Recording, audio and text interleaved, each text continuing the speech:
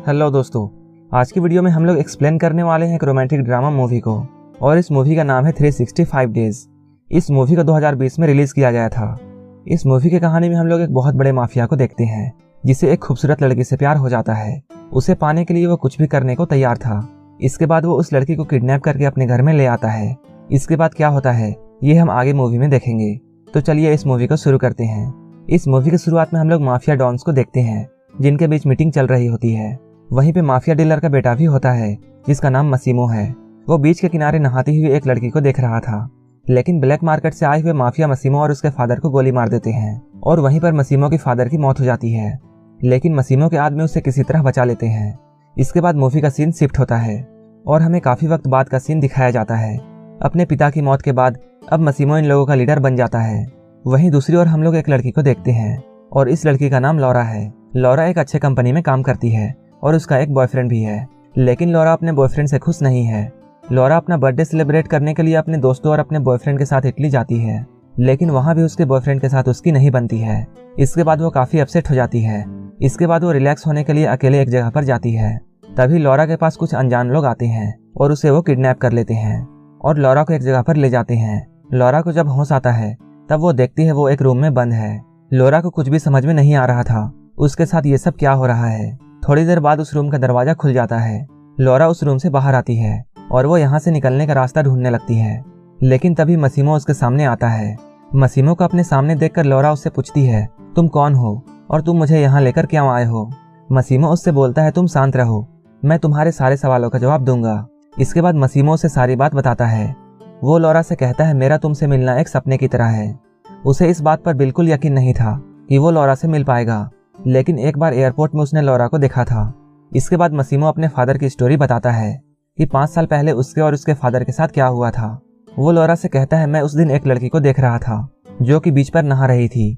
वो कोई और नहीं बल्कि लौरा थी।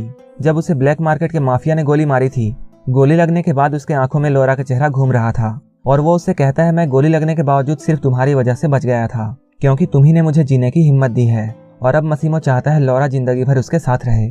मसीमो की बात सुनकर लौरा उससे कहती है वो कोई खेलने की चीज नहीं है जिसे कि वो जिंदगी भर अपने पास रख सकता है। मसीमो उससे बोलता है वो अच्छी तरह से जानता है कि वो कोई चीज नहीं है। इसके बाद मसीमो उसे 365 डेज देता है उससे प्यार करने के लिए, और अगर 365 डेज के बाद लौरा को मसीमो से प्यार नहीं हुआ तब वो उसे आजाद कर देगा, लेकिन तब तक लौरा को मसीमो के साथ रहना होगा। मसीमो की इन सारी बातों को सुनने के बाद लौरा डरने लगती है।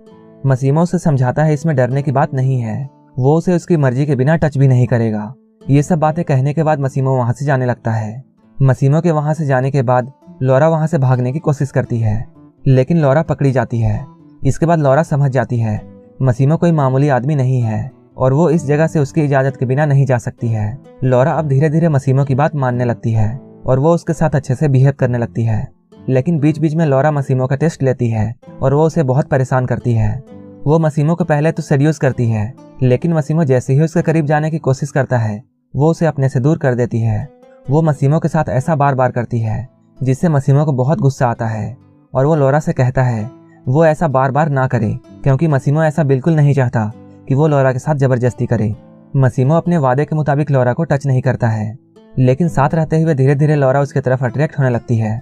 लेकिन एक दिन जब मसीमो लौरा को एक क्लब में लेकर जाता है जहां उसकी मीटिंग दूसरे माफिया से थी, तब लौरा जानबूझकर मसीमो को जेलस फील करवाती है और वो एक दूसरे माफिया के साथ क्लोज होने लगती है।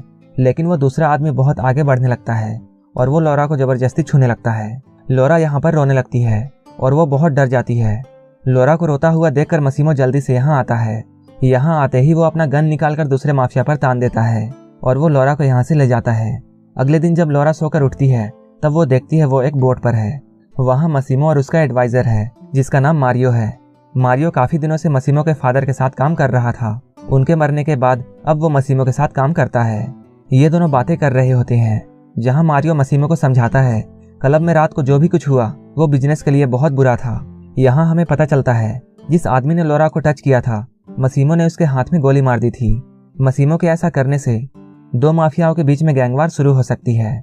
लौरा इन दोनों की बातों को सुन लेती है। तब उसे ये एहसास होता है उससे बहुत बड़ी गलती हो गई है और वो सोचती है उसे दूसरे माफिया के साथ बात नहीं करनी चाहिए थी। इसके बाद लौरा मसीमो से सॉरी कहती है, लेकिन मसीमो को यहाँ पर बहुत गुस्सा आता है और वो लोरा से कहता है, अभी तक मैंने तुम्हारी सारी गलतियों को माफ़ किया है, लेकिन तुम्हारी रात वाली हरकत माफ़ी के लायक नहीं है।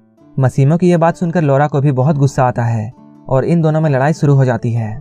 इन दोनों में लड़ाई चल ही रही होती है, तभी लोरा का पैर फिसल जाता है और वो बोट से नीचे पानी में गिर जाती है। इसके बाद लोरा डूबने लगती है। लोरा को डूबता हुआ देख मसीमो भी तुरंत पानी में छलांग लगा देता है और वो लोरा को बचा लेता है। जब लोरा होश में आती है तब मसीमो उसके पास ही होता है और वो बहुत इमोशनल होकर उससे बोलता है, तुम्हारी जान बच गई, ये बहुत खुशी की बात है। उसे पानी में डूबता हुआ देखकर मसीमो बहुत डर गया था। उसे ऐसा फील हुआ जैसे वो लोरा को खो देगा। मसीमो की बातों को सुनने के बाद लोरा को ये समझ में आ जाता है, मसीमो का प्यार दिखावा नहीं है, बल्कि वो सच्चा प्यार करता है। इसके बाद मसीमो और लोरा यहीं पर एक दूसरे को अपना लेते हैं। ये दोनों यहाँ पर इंटीमेट होते हैं।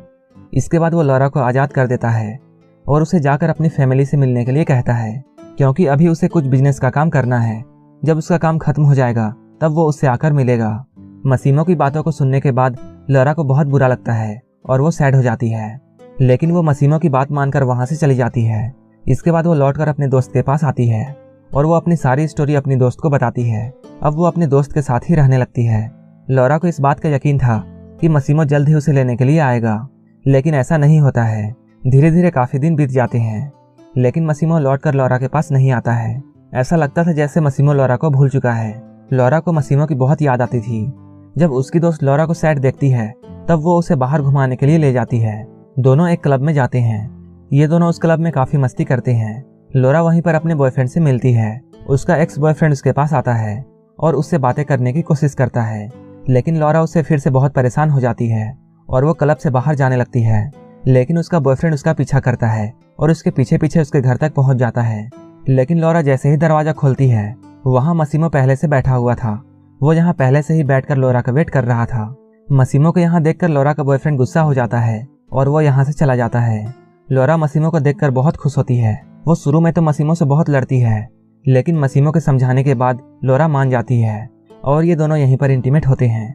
लोरा जब मसीमो के शर्ट को उतारती है तब वो उसके बॉडी पर गोली का निशान देखती है। उसे पता चलता है उसके यहाँ आने के बाद मसीमो एक गैंग वार में बिजी था और उसे ये गोली वार में ही लगी है, इसलिए मसीमो इतने दिनों तक लोरा से नहीं मिल सका। इसके बाद लोरा मसीमो से कहती है उसे 365 डेज नहीं चाहिए, क्योंकि अब वो उसे बहुत प्यार करती है। लोरा की बात सुनकर मसीमो बहुत खुश होता है। इसके बाद अगले सुबह मसीमो लोरा को शादी के लिए प्रपोज करता है। लोरा भी मसीमो से शादी करने के लिए मान जाती है, लेकिन लोरा मसीमो से ये कहती है वो ये बिल्कुल नहीं चाहती कि उसके घर में ये पता चले कि वो एक माफिया से शादी कर रही है। मसीमो लोरा की बात समझ जाता है। इसके बाद वो लोरा को लेकर इटली चला आता है, जहाँ मसीमो का एडवाइजर उसके पास आकर उसे बताता है दोनों गैंग के बीच में अच्छे हालात नहीं हैं, लेकिन मसीमो मारियो की बात को इग्नोर करता है। यहीं पे हम लोग लोरा को देखते हैं, जो कि मसीमो से ये कहती है वो अपनी शादी में अपने दोस्त को भी बुलाना चाहती है। लोरा की बात सुनकर मसीमो उसके दोस्त को बुलवा लेता है। लोरा की दोस्त जैसे ही इटली पहुंचती है, लोरा उसे रिसीव करने के लिए जाती है। जब ये दोनों रिटर्न हो रहे होते हैं तब लोरा अपने दोस्त को बताती है कि वो प्रेग्नेंट है, लेकिन अभी तक उसने ये बात मसीमो को नहीं बताई है। लोरा की बात जैसे ही उसकी फ्रेंड सुनती है, वो लोरा से कहती है तुम्हें ये बात मसीमो को बतानी चाहिए। इसके बाद वो अपनी दोस्त की बात मानकर मसीमो को कॉल करती है।